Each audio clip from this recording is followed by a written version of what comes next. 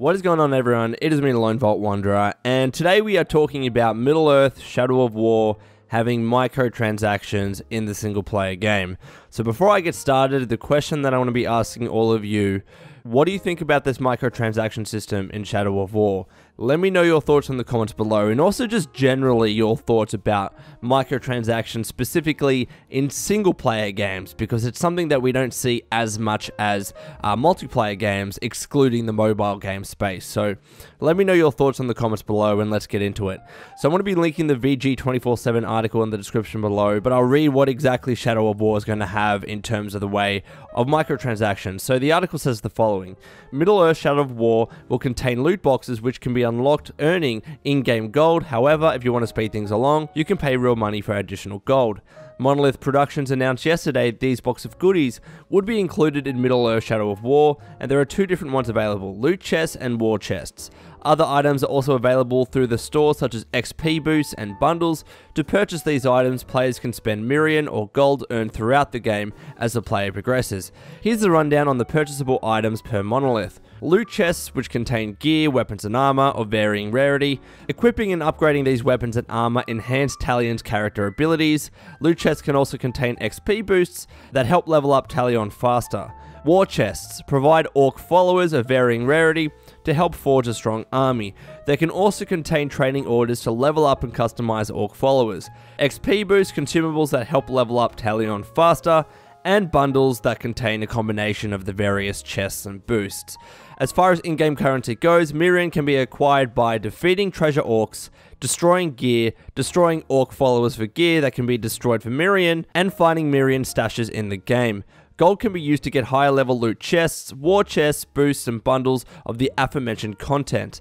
Gold can be acquired through the PlayStation Store, Xbox Store, or it can be added to the player's Steam wallet. It will also be awarded in small amounts at specific milestones and for participating in community challenges. The studio said with the revamped Nemesis system, allowing players to dominate orcs to gain them as a follower can be bypassed using the marketplace to acquire orcs. Monolith was quick to point out that no content in Middle-earth Shadow of War is behind a gate, as it can all be acquired through normal gameplay. Alright, so when I saw this news article on VG247, I instantly knew this was going to be a very controversial, polarizing topic. And yes, when you go to Middle-earth Shadow of War's recent stream where they mention some of these mechanics, there are opinions both ways. And that's the first thing that I want to point out. People think that this is okay. People think this is absolutely not okay because it's a single player game. They're already spending $60 and pretty much the developer's asking you to spend more money in terms of transactions or microtransactions. Some people are saying, yes, these are microtransactions and I'm okay with it, but there are some risks. So there's an entire spectrum of opinions on this topic. And usually when it comes to microtransactions, my default position is I'm fine with them so long as they're not pay to win. As in, for example, Overwatch. They're purely cosmetic DLCs with costumes and tags as well with your characters. I believe that's still the case. If they've changed that, don't shoot me now. But from what I remember with Overwatch, they're purely cosmetic and they're not pay to win.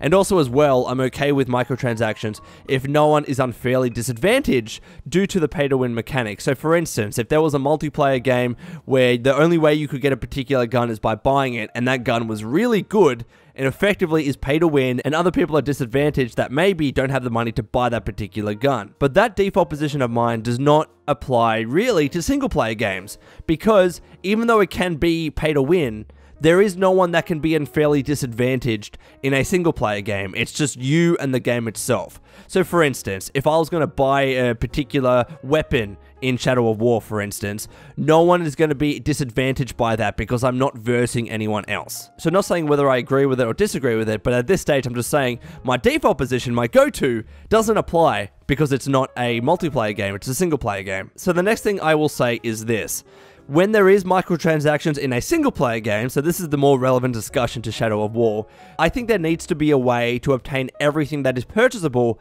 just by playing the game normally, right? So there is absolutely nothing locked behind a paywall, and it seems like this is going to be the case with Shadow of War. However, even if that is the case, there is definitely a risk that a developer, to try and incentivize some of these in-game microtransaction items, that they make the grind slightly more harder than what it would normally be the case if there was no microtransaction system in the first place. So for example, say Shadow of Mordor, right, which didn't have any microtransactions, from memory goes. I didn't have to spend anything, and I just played it recently, but say if it took 10 hours in normal gameplay for you to get a particular sword, right? And then say in Shadow of War, it takes you 15 hours to get a very similar or the same sword, but you can also buy it and get it straight away. You see how there's a difference, where in one game with no microtransactions, through normal gameplay it takes you 10 hours to get that sword, whereas in Shadow of War, that does have a microtransaction system, for argument's sake it takes you 15 hours to get the same or very similar sword. And that essentially is the risk there, where the developer can say, well, we're going to increase the amount of time it takes for you to get these particular items or chests or whatever they are, so we're trying to push you to actually buy a particular item, or to buy it outright with real-world money. So in that sense, while I'm like, okay, it's fine where you can still get everything in-game through normal gameplay, is it going to be the case that the grind in the game is increased to that level where you feel like you're forced, or pushed more so, to physically buy that item with real-world money? Because if that's the case, then you're not necessarily able to get everything through quote-unquote normal gameplay, because it is a normal gameplay in that instance, is it? It's actually slightly harder gameplay because there's microtransactions and because the dev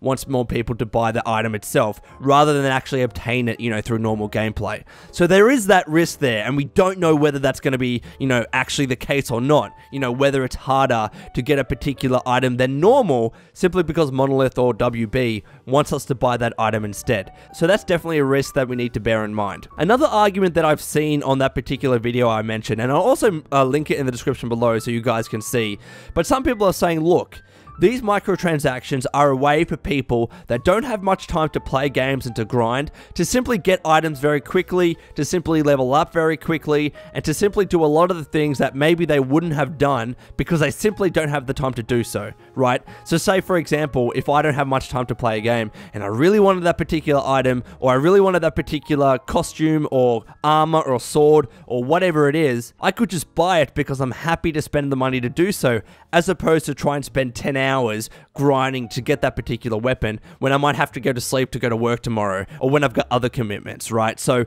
I can see that logic, especially as someone that works full-time, to say there are some times maybe where I don't actually want to grind for a particular thing and I'm happy to spend the money to purchase it. However, the counter to that is that that's probably not the best way to play the game in the first place. Some of the best moments that I had in Shadow of Mordor were dominating the generals and soldiers, slowly, to where I actually got to the stage where I was controlling them and building my army slowly, right? That was an awesome kind of quote-unquote grind, but it didn't even feel grindy in Shadow of Mordor, to be honest. It felt pretty smooth, where I could actually dominate a high-ranking general, or whatever they were called. I believe they were called captains, but anyways, that feeling of attacking and killing their bodyguards, or maybe even controlling their bodyguards, and then fighting the big captain and dominating them, and then having them be part of my army. That journey for me was a lot of fun.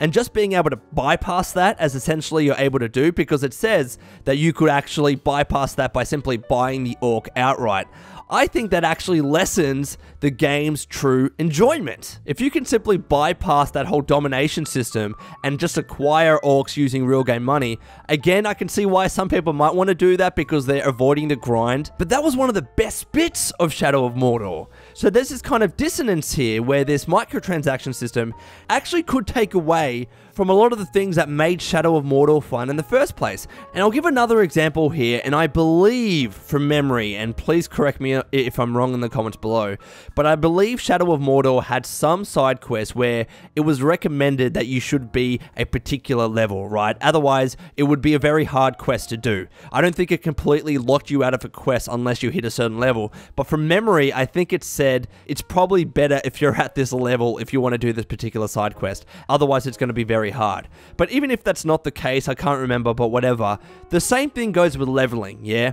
If I come to a mission where I should probably be at a higher level, and maybe I'm too low, and I'm required to kill more people, do other smaller side quests to level up, kind of similar to Borderlands, for instance, it's a satisfying challenge to actually go back to these other things, get to the right level, get to the more appropriate level, and then go back to that original quest. I find it a satisfying challenge to try and get to that level where you need to be able to do particular quests. And if you can simply bypass that by buying a particular chest or whatever it is to level up faster, that again might take away from the fun and enjoyment and challenge of the game. So while I'm not necessarily saying, well, it's a bad thing that that microtransaction is in the game in the first place, but the fact that it's there could tempt people to play the game in a way that doesn't make it as enjoyable as it probably should have been without the microtransactions in place. So that's another counter argument that I'll put in there. So at the end of it, you know, what do I think about this microtransaction system? My preference would be, honestly, to adopt the Overwatch route. Even though it's a single player game, I wouldn't care if there were microtransactions if anything that you could purchase was simply cosmetic. I like the way Overwatch does things where you can buy loot boxes if you want, but it's not going to help you progress in the game or be a better character in the game. It's simply going to make your character look cool, right? And if I go back to playing Overwatch after 6 months, which I recently did now, I don't necessarily care that I'm going around and seeing people in these really cool skins that I don't have, because it doesn't actually make them a better player against me. Everyone's still on the same level footing, so I'm okay that everyone has their cool, unique skins, and I don't feel obliged to spend money to get those skins, because one, I could get them anyways by playing the game normally, but two, because it doesn't affect gameplay, I'm not too incentivized to do so. But if that's not possible, if Monolith said, or WB said, no loan, we can't do that, we need to have a system where microtransactions need to affect the gameplay in some sort of way, then this goes back to the risk I mentioned before.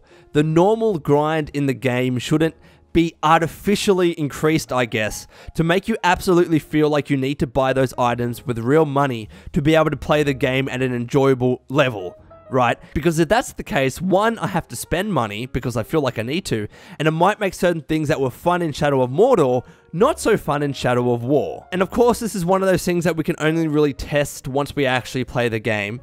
But if I feel like when I'm playing Shadow of War that, damn, I think I actually have to buy this particular weapon because it takes so long to get it otherwise, then that's where the problems come into it. And that's why I prefer the Overwatch system, because you never encounter those problems in the first place, right? I mean, even if it took ages to get a particular skin or costume in Shadow of War, if it doesn't affect how I play the game or how easy the game is or how much damage I deal or whatever it is, then I don't care, you know what I mean? If it's just cosmetic, then I'm not going to be affected by it. But if it affects gameplay to a stage where the game I feel is getting difficult in an artificial sense, then that's where the problems come into it. So anyways, Wastanders, I would love to know what you think about this particular topic. Let me know in the comments below. Please be civil with each other. We're trying to engage in, you know, nice, relaxed conversation here. And until next time, this has been the Lone Vault Wanderer. Please take care of yourself, and would you kindly keep fighting the good fight.